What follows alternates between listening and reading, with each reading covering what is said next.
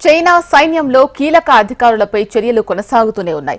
తాజాగా అత్యంత శక్తివంతమైన ఆర్మీ జనరల్ ను తొలగించింది జిన్పింగ్ సర్కార్. కొత్త పొలిటికల్ కమిషనర్ గా జనరల్ చెన్ హుయికు ఆ బాధ్యతలు అప్పగించింది. ప్రస్తుతం ఆ పదవిలో ఉన్న క్వీన్ షుటాంగ్ స్థానాన్ని ఆయన భర్తీ చేయనున్నారు. అయితే క్వీన్ కు ఎక్కడ పోస్టింగ్ ఇచ్చారో ఇంకా వెల్లడించలేదు. వాస్తవానికి చెన్ ఏరోస్పేస్ ఫోర్స్ బాధ్యతలను దాదాపు ఏడాదిగా చూస్తున్నారు.